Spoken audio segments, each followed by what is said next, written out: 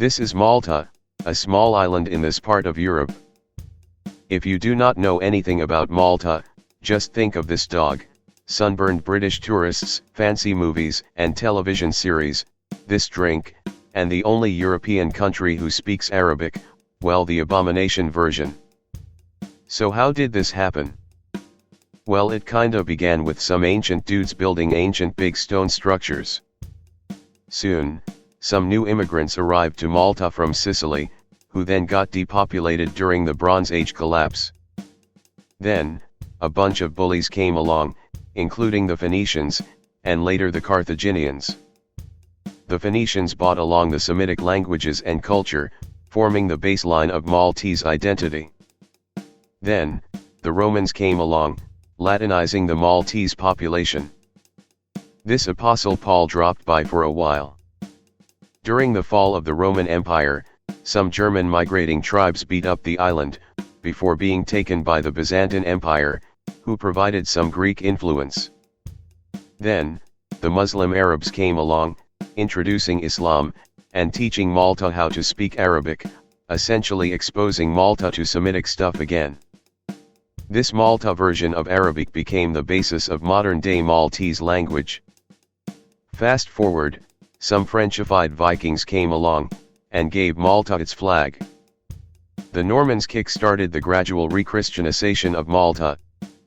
So what do you do with the existing Arabic-speaking population?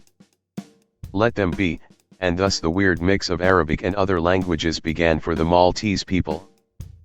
As part of the Kingdom of Sicily, Malta was then passed around like a frisbee amongst the European kingdoms, including the Holy Roman Empire, Aragon, and some military knights known as the Knights Hospitaller.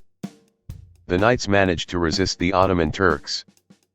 The knights then built a lot of stuff, before being conquered by Napoleon on his way to Egypt. The Maltese people did not really like the French, so they asked the Brits for help, who of course more than happy to help beat up the French. Malta thus ended up becoming a part of the British Empire. Malta became an important shipping way station in the Mediterranean Sea, particularly after the opening of the Suez Canal. During World War I, Malta became a hospital. During World War II, Malta held out against the Axis power, and thereby become a thorn under the Italian belly. After World War II, Malta initially wanted independence, but then some change of government later, Malta wanted to be annexed by Britain. Why? Money and access to greater opportunities.